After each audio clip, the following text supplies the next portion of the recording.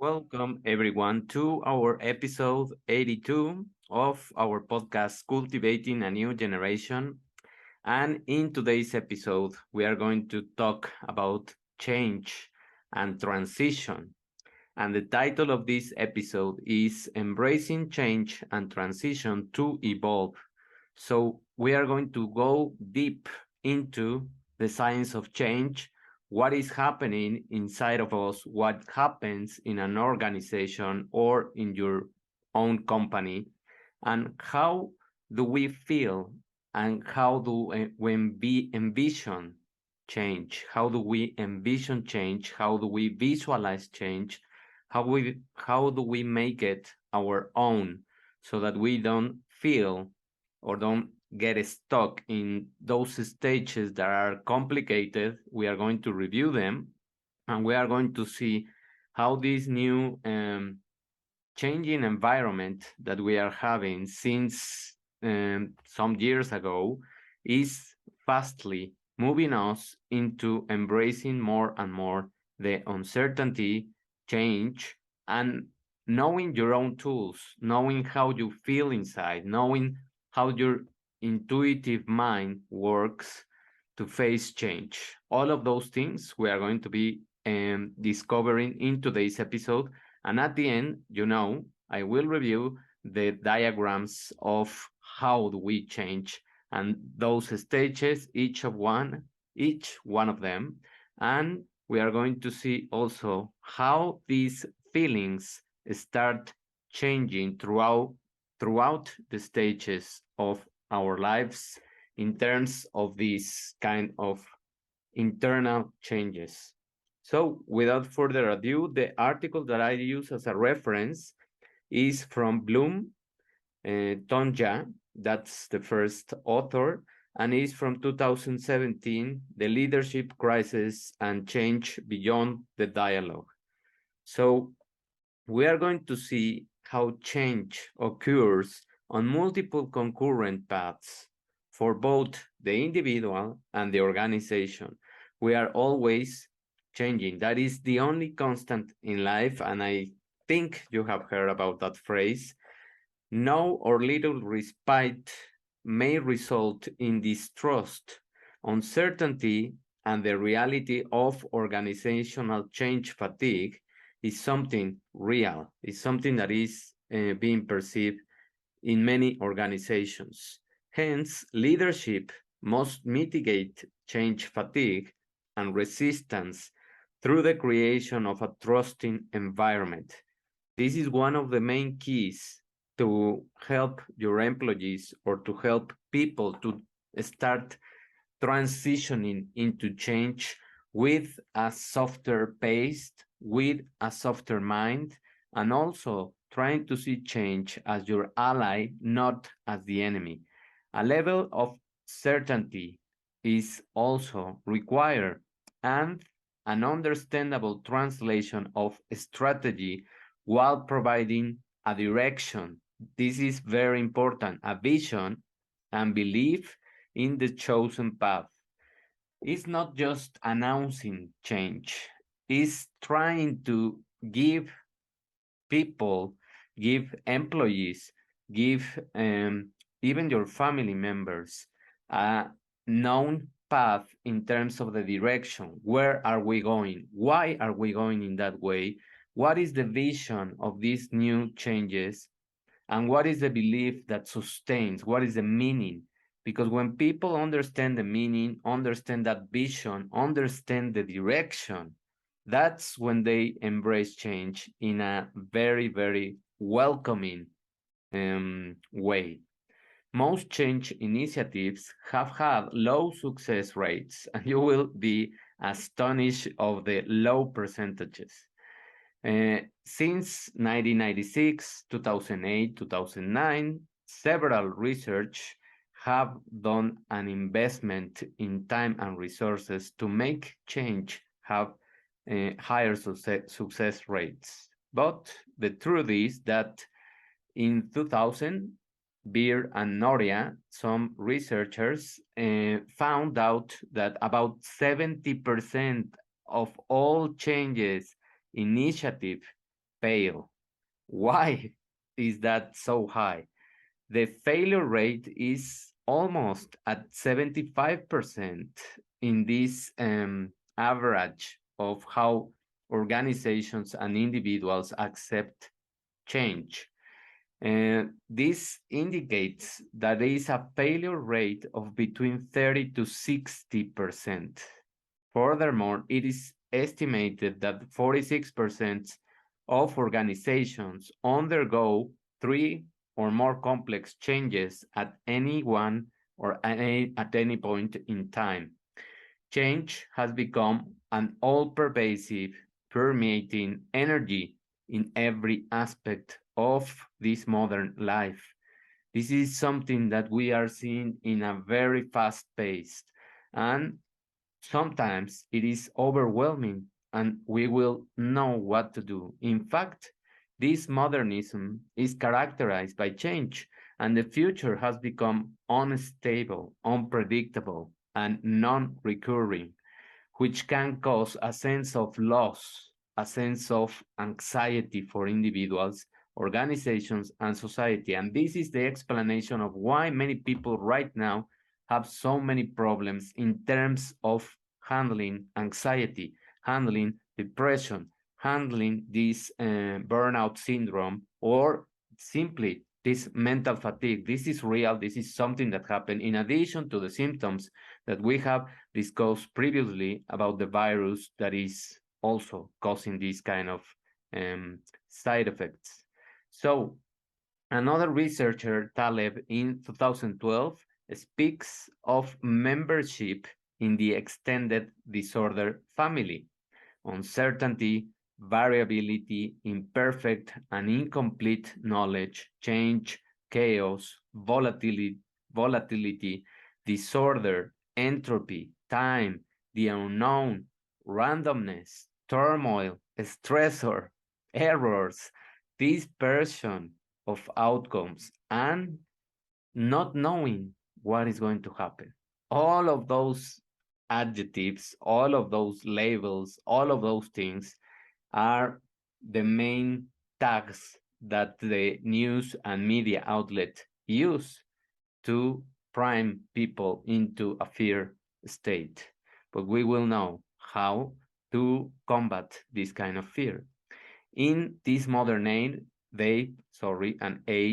such extended disorder has become the norm for society, organizations, and for individuals. This is something that permeates the whole society. For organization teams and individuals, engaging with this extended disorder family has become inevitable, resulting in a need to embrace flexibility in less certain environments. So this is what we have to do. We have to start um, working out our flexibility muscle in terms of becoming more adaptable to these changing environments, because that's going to be the common trend throughout the next coming years. Most change initiatives are the result of either crisis or a perceived need to avoid the crisis. Those are the two main reasons why change is becoming triggered. However, organizational crises also constitute an individual crisis. And this is not very difficult to understand. Whenever we have a change in our workplace, whenever we are being um, put into a new box to tell you that the rules have changed, that is going to impact you, of course, individually, because you don't know how much time you are going to be in that company, because you need, of course, the money, because many things in terms of the procedures are changing, and a lot of things that uh, come with these kind of changes. Fisher in 2006 developed the transition curve, which provides an analysis of the way in which individuals deal with personal change. This model explains that individual anxiety will arise when confronted with change. This will be followed by happiness. Yes, you listen correctly. So it is not all dark and sour. It can be sweet because after this change, after this anxious stage, there will be happiness, which in turn will lead to either denial or fear. This is interesting because we are changing from positive to negative to positive to negative. It's a roller coaster of emotions, any kind of change in our lives. Fear will lead to threat and then to guilt. Then, once you feel guilt, may turn into hostility or anger or into a gradual acceptance of the change. This is just what happens. This is what has been studied since the 70s, 90s, 2000, and nowadays. So it is only when change is accepted that an individual will be able to move forward. Pay attention to this. It is only when change is accepted that the individual will be able to move forward. So you have to accept the change, whether you like it or not. That's what is going to happen. And you are always changing if you see it in a biological standpoint, because your cells are not the same than yesterday, because many of your neurotransmitters, many of your immune messengers are not the same than yesterday. You are stronger if you want, if you work for it. And in this case, resilience is what is going to help you to evolve. Collins, in 2001, maintains the perceptions on transitions that are sometimes formed from the way the transition appears from the outside. So we are perceiving this external environment, and we are seeing how this transition is going to lead us to create a perception of the change. However, it is often experienced in a completely different way from the inside, similar to an organic development process. And this is very, very important to highlight, because it is not the same to just be flowing with the external image of change instead of activating your own process to analyze, to mold, to shape a new perception into the change that you want. Transition psychology looks at the deeper psychosocial factors that may impede the natural transition processes and the ways in which individuals will respond to change. So that's what we have to do. We have to start understanding this natural transition that we are having and how we can respond to change. That's the key point of this presentation, that we adapt to change, just like this happened. And I wasn't even aware that this was going to happen, to drop this book. So this is changing an environment. It is extremely simple, but this is a change environment. So individual, team, and organizational energy is the next subtopic of this episode. Human beings experience life as individuals and as members of various groups because we are social beings. The generated energy, positive or negative, impacts those around us and helps determine the energies of the groups and organizations we belong to. And we can have an analogy or have an example of your own life, because I think that everyone that has been working in any kind of company has suffered these kind of adaptive changes. So we always detect when someone doesn't like the change and starts spreading negative energy for this kind of change. And this spreads like the virus and also infects a lot of people this kind of negative energy. So this energy is the same that many times this news, this media are using to change your perception about what is coming. And under that fear, under that threat, you are not able to respond. You are not able to think. You are not able to envision something positive for you. And that's the easiest place to control you. This is just an additional link topic about change.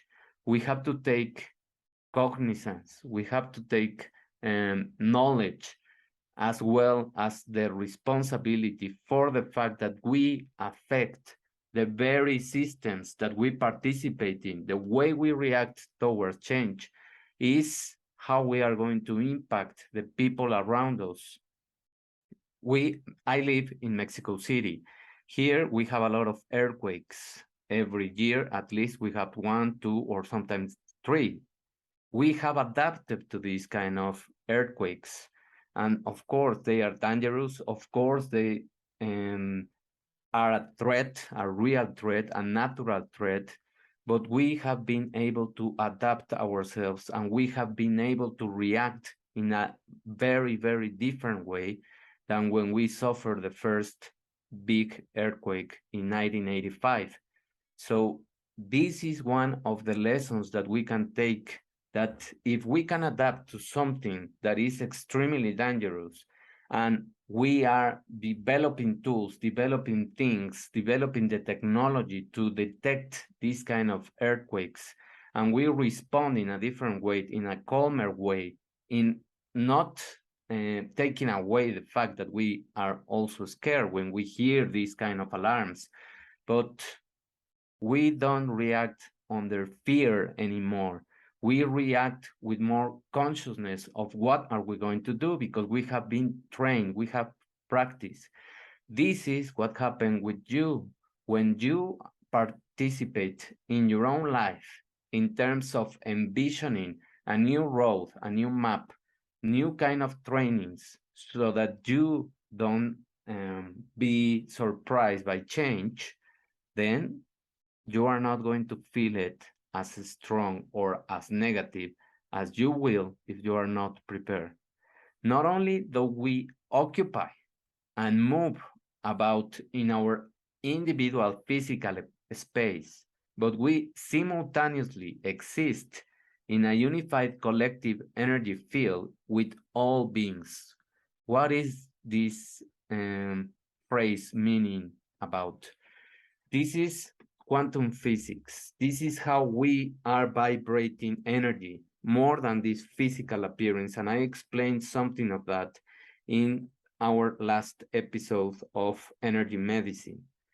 We are these atoms, molecules, and these light electromagnetic energies that we are vibrating all over the place, and we share this space, and our energy is able to impact very feet in away from us. So the way we are being perceived, the way we are having our emotions handled or regulated, is the best way to understand that we can impact other people in a more positive way if we regulate our own energy. If we don't, if we are in the negative vibration, in the scale of the negative vibration, then what is going to happen? You are going to spread this negativity, and your environment will turn really, really difficult. That's what happens with change. If we are unaware that our energy influences everything, even our organizations, the result can be counterproductive, leading us towards outcomes different from those we consciously intend to produce. And that's when you fall into this spiral of negativity, or you simply go into depression. What is needed is a fresh perspective of energy in the study of organizations and individuals. That's what we need. We need fresh thinking. We need to realize that Each of us embodies the boundless energies of life. We are creating systems, we are seeking, we are self organizing all the time, meaning we are seeking beings, we are curious, we want to know why is this happening. That's why at the beginning of this episode I explained that if you are a leader, if you are going to implement a change in your organization, it is extremely important that you explain why. What is the vision? What is the belief? What is this change going to lead the organization to? If you explain that in the simpler words to your employees, they have a lot more chances to take change in a more positive way. If you just arrive and say this is going to change and these are the new rules and that's what we have to do, that's why the failure rate is so high. We are identities in motion. We are searching for relationships that will evoke more from us. We want this connection. We want this contact. That's why we didn't really well adapt to working from home in certain aspects because we need this social contact. We need a hybrid model and we need to really relate with each other in a more positive way, searching for a meaning that can be spread among communities. We bring these desires to our organization, seeking from those places where we can explore possibilities. We don't like to just be mechanical and not having really a motivation to do our work. And that's why many organizations also fail in terms of giving motivation to their employees. It is not about organizing a team building in some pretty place and giving them the same and the same and the same, because at certain point, even that is boring. Our energy courses through our organizations, and this energy is the best hope we have for creating organizations that feel alive, not toxic, not uh, looking for profit, but looking for the real values that they predicate when you are going to sign the contract. Because when you are going to enter into a new company, they play you the card that they have a lot of ethical things and you have to complete a lot of trainings in terms of the ethics, in terms of the employee, in terms of those things. But when it is the real application of those things, what happens? You suddenly realize that they are not very ethical in the way they act. So this is the fresh perspective that we need to realize that we need to change. In order to do that, I'm going to explain with a diagram what is happening in terms of this kind of change. So we are going to see now the diagram to start knowing what is happening with change. So this is the curve of the phases and features of the transition cycle. Now, as we can see here, this diagram indicates a time lapse of approximately 8 months. Yes, you heard correctly. 8 months takes from the onset of the life-changing event to the reconstruction and the recovery, because we need to recover. We are grieving. We are having a loss, having to deal with a loss in those transitional changes. Individuals will experience a range of emotions such as disbelief, numbness, uncertainty, crisis, testing, exploring, quitting, even from some things during this 8-month period. And many people will not make it until the end. So you have to realize what are the phases and if you are really committed or not, or this is an opportunity for you to just spring up and change in a different way and choose another career probably, which is also change. Modern organizations very seldom allowed an 8-month journey towards the reconstruction. and they don't realize that people need this 8 month period in order to have a recovery and a discovery of new meaning. The impact is not only devastating for the individuals, for the employees, but also it has a detrimental impact on the organization, because you lose a lot of people that probably they are very valuable just because you didn't communicate well the change, and their sustainability creating further crisis.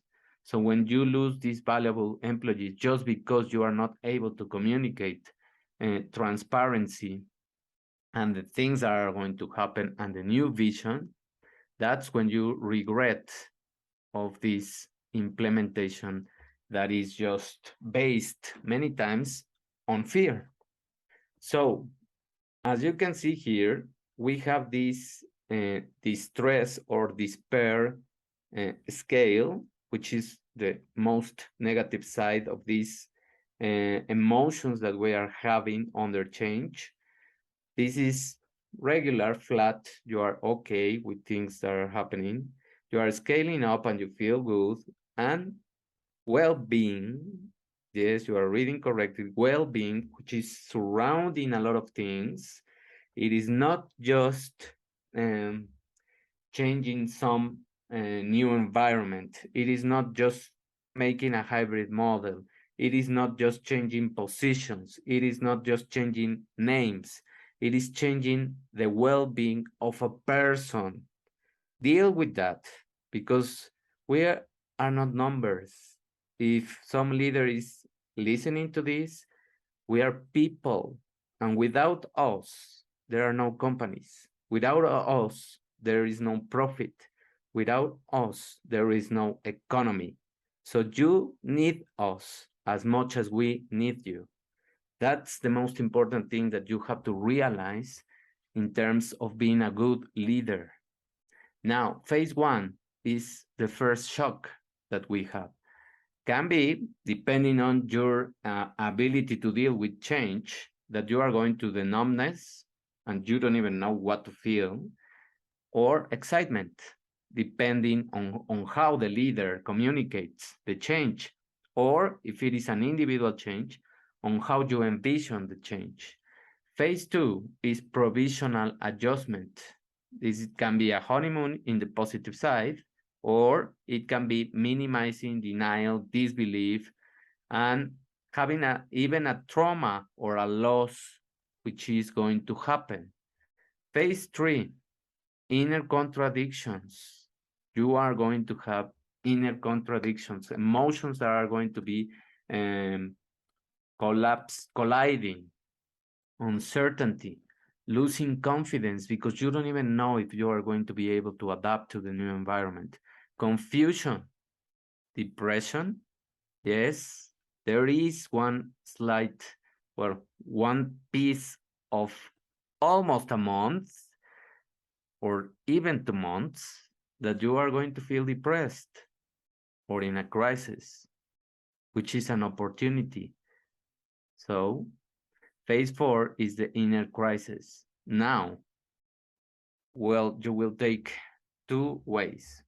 Either you quit and you get out of the crisis, or you let go, which is a partial recovery because you just simply deal and flow. And from there, you are having space. When you let go, you release space. And this space becomes the accepting of the things, exploring now, testing what is the new scenario. And you start gaining confidence. You start in the phase five, reconstruction and recovery, which is more or less, if we relate this with the pandemic, more or less we are in this period of we can still be here because of the external environment that is not yet sort of stable, but we can just let go of the external negative things and start accepting that this is the way the world is going to be, exploring new ways of living, testing everything, and having new confidence in the future and not just by what the media is telling you. So those are the phases, and this is the importance of having this knowledge of change.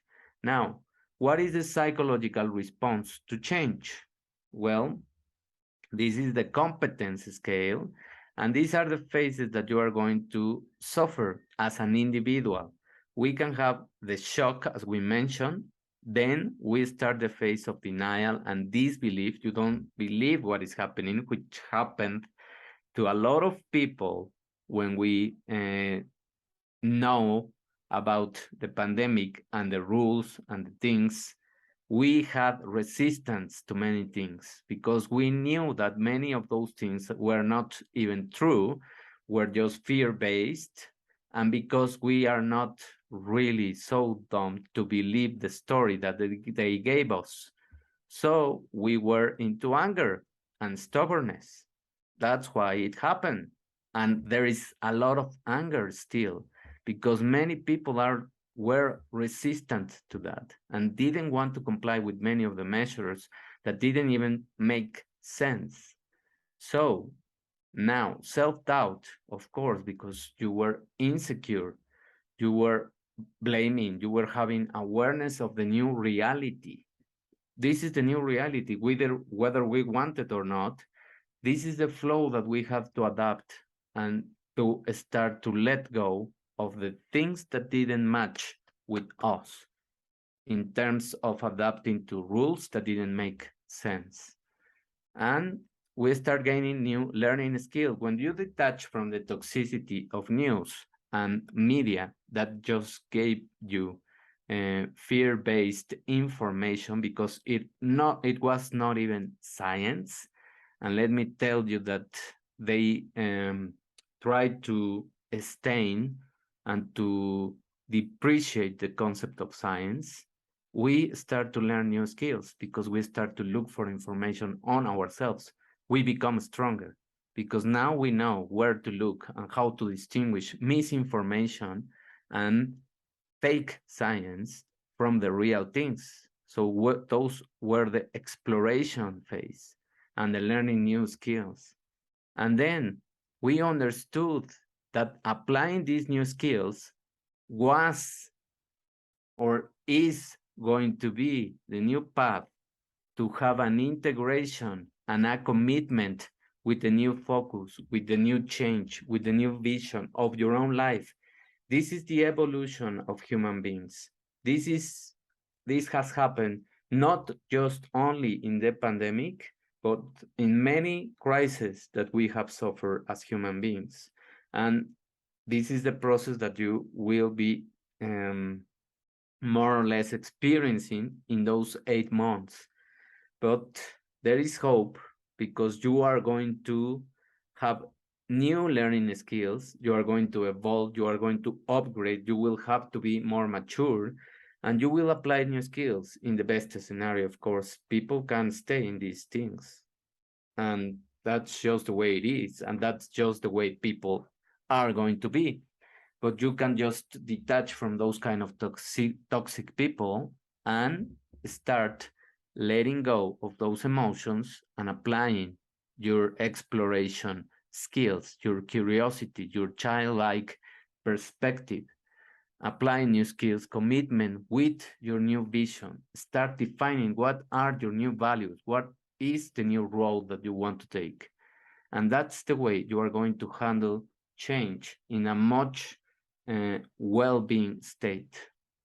So this is all for this episode. I hope that you have really taken note because this was a very, very productive and energized presentation in terms of how to face change. Every one of us want to know this kind of information because we will have these scenarios very, very repeatedly coming in our way. So we need to know that feeling depressed at some point is okay. Accepting those emotions is okay because you are going to move towards learning, towards applying, towards committing, towards having a new perspective of your own life. Thank you very much for paying attention. Thank you for being here. If you like this episode, if you think that the information is valuable, I just ask you one thing: subscribe, share, give me a comment, and if you can, just give me a review of the channel. Thank you very much for your attention. Have a wonderful day. We will listen to each other on our next episode. Bye.